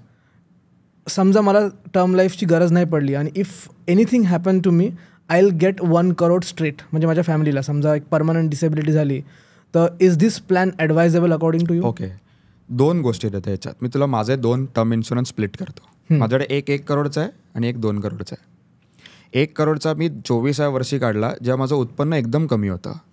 मी वर्षाला 8,000 रुपये भरतोय फक्त. वर्षाला 8,000? वर्षाला 8,000. 24व्या वर्षी म्हणजे इथून 11 वर्ष आधी मी काढलेला premium. Okay. Pure term insurance. In case of death nominee will get 1 crore. मी 75 वर्षापर्यंत जगलो तर नॉमिनीला काही नाही मिळणार, माझे प्रीमियम वाया गेले. ओके. दुसरा, मी 1 वर्षापूर्वी काढला 2 करोडचा, ज्याला टर्म प्लस युलिप घेतलाय मी. ओके. मी 2.5 लाख रुपये वर्षाला भरतोय. मी 10 वर्ष भरणार, 25 लाख रुपये भरणार. मी जर जगलो तर मला 3 करोड रुपये मिळणार. या प्लॅनचा मी खूप अगेन्स्ट होतो आधी. आता मी काय काढला, 2.5 लाख रुपये वर्ष म्हणजे महिन्याचे मी 20,000 रुपये भरतोय, पण मी 4 लाख रुपये SIP पण करतोय. गेटिंग माय पॉईंट? कधी काय करतोय ना हे इम्पॉर्टंट आहे. मी समजा 10,000 रुपयाची SIP करतोय तर मी टर्म प्लस युलिप नाही घेणार आहे, मी प्युअर टर्म घेणार आहे. पण मी नॉर्मल टर्म इन्शुरन्स काढला असता तर मला साधारण 2.5 लाखाच्या ऐवजी 1.25 लाख रुपये भरायला लागले असते. त्याच्याऐवजी 2.5 लाख मला परवडत आहे. I am okay with it. तर मी काढलाय. दोन्ही करायचं ॲसेसिंग युअर फायनान्शियल कंडिशन. जसं मी बोललो, मला 4 लाख महिन्याला मी SIP करतोय तर मी 20,000 रुपये म्हणजे किती होतात? 5%? No, not even 5%. हो, 5%. 4 लाखाच्या 5% 20,000. अरे हो. 5% मी term plus ULIP. I am completely okay with it. लोक उलटं करतात. It depends on your financial level. Yes, that is advisory. दुसरी गोष्ट, लोक नावं घेऊ डायरेक्ट. चालेल. We appreciate it. जाम राग येतो मला LIC एजंट्सचा, बँक इन्स्टिट्यूशन्सचा. मी यांच्या अगेन्स्ट नाही आहे, पण जसं तू मगाशी बोलला की लोकांचा चुत्या कटतायत, लोकांचं नाही कटत. लोक जातात त्यांच्याकडे आणि त्यांना सांगतात तुमच्याकडे जी कुऱ्हाड आहे ना ती माझ्या पायावर येऊन मारा. These are not advisers. बँकचं काम बँकिंग आहे. LIC एजंटचं काम LIC विकणं आहे, इन्शुरन्स विकणं आहे. म्हणून LIC एजंट्स म्हणतात, म्युच्युअल फंड ॲडवायझर्स म्हणतात. These are agents. ते तुम्हाला छोटी पॉलिसी चिपकवतात, 18 वर्ष भरा एवढे होतील. ॲडवायझर ॲडवाईज करतो 360 डिग्री. LIC मध्ये 1 लाख रुपये प्रीमियम भरला तर तुला 10 times कव्हर मिळतं. मी काय लोकांना सांगतो, तुम्ही टर्म 2 करोड घ्या, त्याच्यावर ॲक्सेसरी म्हणून युलिप प्लॅन घ्या. गेटिंग माय पॉईंट? म्हणजे मी समजा 2.5 लाख रुपये प्रॉपर युलिपमध्ये टाकला असता तर 2.5 लाखाच्या 10 times मला 25 लाख टर्म कव्हर मिळाला असता. ही लोक चूक करतात.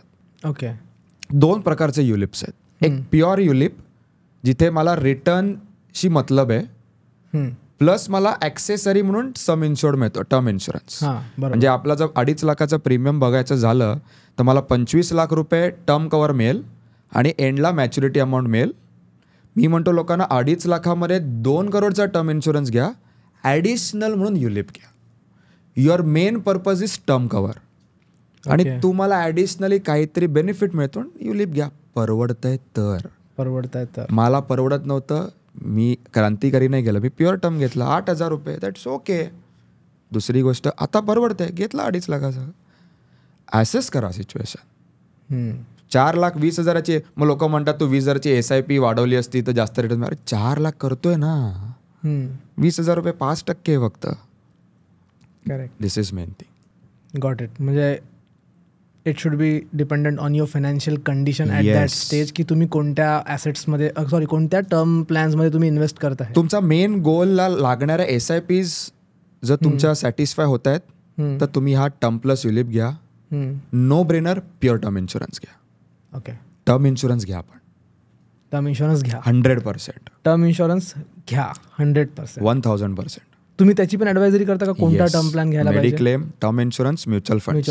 I am an advisor, I am not an agent. 360 degree advice for the financial security and growth. Yes. मग आता मला अजून दुसऱ्या फायनान्शियल प्रोडक्ट्सबद्दल पण बोलायचं आहे. Some are government products as well. आता आपण समजा सुकन्या योजनाची आपण गोष्ट केली, which is a if we compare their returns and safety and benefits with mutual funds, how can we get similar benefits while getting the liquidity. कारण सुकन्या प्लॅनमध्ये liquidity आहे का? झिरो लिक्विडिटी आहे. Right. You have to continuously invest. म्हणजे तुम्हाला वाटेल गरज पडली तुम्ही पैसे काढू शकत नाही. अरे पण गॅरंटीड आहे असं लोक सांगतात.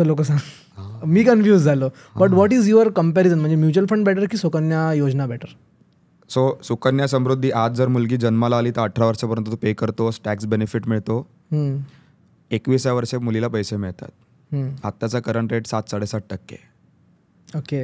गॅरंटीड आहे, टॅक्स बेनिफिट मिळतो. या 2 वाक्याखाली लोक इन्व्हेस्ट करतात. चाललंय. मी नेहमी म्हणतो, मुलगी जन्माला आली आणि मुलीचे तुम्ही सुकन्या समृद्धीच्या ऐवजी म्युच्युअल फंड्समध्ये टाकले तर 21 वर्षाने मुलगी पाठी लावून फिरेल, बाबांनी काय डिसिजन घेतला म्युच्युअल फंडमध्ये इन्व्हेस्ट करायचा. This is power of mutual funds. तुम्ही जेवढं इन्व्हेस्ट सुकन्या समृद्धीमध्ये करता त्याच्या ॲटलिस्ट 5x to 10x पैसे होतील तुमचे जर तुम्ही म्युच्युअल फंड्समध्ये टाकले तर.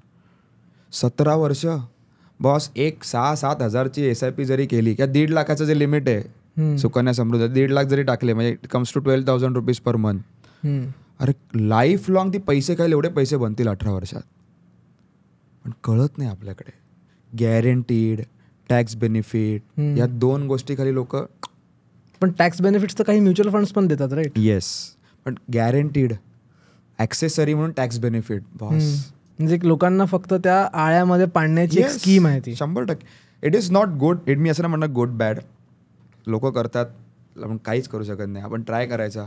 लोकांपर्यंत ज्ञान ते पोहोचलं नाही की म्युच्युअल फंडची पॉवर किती आहे. येस. पण आता त्याच सारखं आणखी एक प्रोडक्ट आहे की NPS आपण जेव्हा म्हणतो सेफ्टी इम्पॉर्टंट आहे भाई. म्हणजे मी रिटायर झाल्यानंतर प्रत्येक महिन्याला जेव्हा मी करू शकणार नाही, मला पैसे येत राहायला पाहिजे, माझ्या बायकोला पैसे भेटत राहिले पाहिजे, आमचं घर सुखी कुटुंब चालत राहिलं पाहिजे.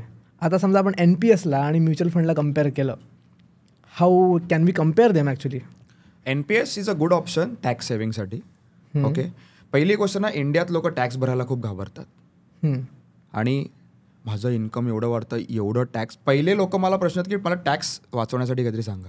अरे टॅक्स भरा, बिंदास भरा. तुम्ही जेवढं कमवणार, जेवढं टॅक्स भरणार तेवढं तुमची इकॉनॉमी ग्रो होणार. तू 25 वर्षाचा आहेस, तू आत्ताच नाही NPS चालू केलं, 60व्या वर्षी तुला पैसे मिळणार. Mutual fund is a 10 year game. असे पैसे इन्व्हेस्ट कर की 10 वर्षात एवढे पैसे बनतील की पुढे 25 वर्षात त्या पैशात जगशील तू. डिपेंड्स ऑन यू की तू NPS टॅक्सेशनसाठी करायचं आहे का इक्विटीसाठी करायचं आहे. फॉर मी असा NPSचा काही भक्त नाही आहे पर्सनली. टॅक्स वाचवण्यासाठी कुठलाही ॲसेट क्लास मी घेतलं आहे असं मला आठवत नाही आहे. सो मी नेहमी म्हणतो मी म्युच्युअल फंडचा भक्त आहे. म्युच्युअल फंडचा भक्त आहे आणि उपभोक्ता आहे. ओके. ओके. मी ॲडव्होकेट पण करतो. मी ती लाईफस्टाईल जगतोय only because of mutual funds. You just have to give 10 years. No diversification. आणि जर टॅक्स सेव्ह करायचं आहे NPS करा बिंदास, काही प्रॉब्लेम नाही. पण माझे 5,000 रुपये जमत आहेत इन्व्हेस्ट करायला आणि मी 5,000 रुपये NPS मध्ये टाकतोय, फायनान्शियल ब्लंडर आहे. माझे 20,000 रुपये इन्व्हेस्ट करायला आहेत आणि मी 5,000 रुपये टाकतोय विच इज 25%. It's okay. ते करू शकता तुम्ही. तर ते ॲलोकेशन तुम्ही ठेवू शकता तुमच्या पोर्टफोलिओमध्ये. करू शकता. डिपेंड्स तुम्ही किती सेव्ह करता. ओके. आता एक ना थोडं कॉन्ट्रोवर्शियल गोष्टी येणार आहे. सध्या आपण मार्केटमध्ये बघतोय की खूप प्रचंड लोक ऑप्शन्स करा, फ्युचर्स करा, त्याचे कोर्सेस विकतात. आणि डायरेक्ट नाव घेतो मी, बाप of charts who got caught by SEBI. परत चालू झाला तो. परत चालू झाला. Wow, what the hell. 1 आठवड्यापूर्वी त्याचा रील बघितला, आय एम बॅक म्हणून. म्हणजे त्या व्यक्तीचं ऑन पेपर ऑप्शन्समध्ये लॉस 8 का किती करोडचा, काहीतरी 17 करोडचा लॉस. आणि ज्यांनी जे पैसे बनवले ज्याच्यामुळे तो प्रॉफिटमध्ये दिसत होता, it was because of selling courses. त्यांना काय सांगाल who are running behind options and futures? मी असं कधीच म्हणणार नाही की कोणताही फायनान्शियल प्रोडक्ट चुकीचं आहे. त्या प्रोडक्टमध्ये पैसा बनवून द्यायचं तेवढं पोटेन्शियल आहे म्हणून त्याची तेवढी हवा आहे. But is it for everybody? सगळेजण ते करू शकतात का? आणि what is your advice for people कि यार मैं तो ऑप्शंस में पैसा बना लूँगा, अभी आज 1 लाख है, अगले महीने 1 लाख का 2 लाख कर दूंगा. खरंच तेवढं इझी आहे का? अगले महिने एव्हरी थर्सडेला एक्सपायरी असते म्युच्युअल फंड स्टॉक्समध्ये ऑप्शन्सची. मी बघितले 1 लाखाचे 1 करोड झालेले आहेत एका तासात 1 लाखाचे 1 करोड. येस, डोळ्यांसमोर बघितलेले, ज्याने मी ट्रेडिंगमध्ये आलो. तुम्ही केलाय कधी? 100%. एका दिवसात 8.5 लाख रुपये लॉस केलाय. लॉस केलाय? येस. प्रॉफिट पण मजबूत केलाय. मी नेहमी म्हणतो I am a stock market trader turned mutual fund investor. माझा प्रामुख्याने ट्रेडिंग अजूनही stock market is my first love. Okay, पण mutual funds is a safest option. Mutual funds आणि स्टॉक्सचं डिफरन्सिएशन काय ना, तो आता SIP करतोयस 1 वर्ष झाले. सांगण्यासारखं काय आहे? काहीच नाही ना. उद्याने विचारलं तुला काय करतोस, 20,000ची SIP चालली आहे, there is no excitement in the game. तू आज ट्रेडिंग कर, त्याला सांग मी दररोजचे 2,000 रुपये काढतो, सांग त्याला. महिन्याचे 60,000 रुपये होतात. वर्षाचे 7,20,000. तो म्हणाल चायला एवढा CTC नाही माझा, एवढं माझे पैसे बनतात. इतना तो मेरे को स्टार्टिंग पैकेज नहीं मिलेगा MBA करने के बाद. एक्झॅक्टली. तो उद्या तुझ्या घरी येऊन बसेल. दिस इज अन एक्साइटमेंट. जसं मी बोललो 1 लाखाचे 1 करोड झाले, कसा बोलला जबरदस्त. पण त्यानेच नंतर 2-3 करोड घालवले. 2012 ते 2023 अफलातून ट्रेड करायचो मी. लॉसेस पण झाले, प्रॉफिट पण झाला. इयर ऑन इयर कधीच लॉस मेकिंग नव्हतो. 2020ला लॉस झालेला मॅसिव्ह, पण रिकवर झाला लॉस. 2023ला 23 जानेवारी 2023ला एक दिवस छाती दुखायला लागली खूप. का? पण जाणवायला लागलं तुझं अप्स अँड डाऊन्स खूप आहेत मार्केटमध्ये. ओके, प्रॉफिट झाला तर तो 10 टाइम्स कसा करायचा त्याने छाती दुखायची. लॉस झाला तर त्याला लॉस रिकवर कसा करायचा त्याने छाती दुखायची. चला 365 दिवस छाती दुखायची. स्वित्झर्लंडला बायकोवर फिरायला गेलो आणि फोनवर अरे ह्याचा M2M बघ, हा पोझिशन नीट कर, ती position. Don't enjoy your life. सोडून दिला त्यानंतर. आज तिथून आजपर्यंत एकही ट्रेड नाही केलाय. म्युच्युअल फंड पोर्टफोलिओ मी आता पुण्याच्या सेमिनारमध्ये पण दाखवला, 25% CAGR आहे over a period of 7 years. एवढा स्टॉक्समध्ये काढायचा म्हटला मी तर जाम मगजमारी आहे. This is passive money. You need to understand की तुम्हाला काय केलं पाहिजे. तुम्हाला एक्साइटमेंट हवे लाईफमध्ये, पैसे आहेत घालवायला, जा बिंदास ऑप्शन्समध्ये. पैसे बनवायचे या म्युच्युअल फंड्समध्ये, you will make money. End goal is important.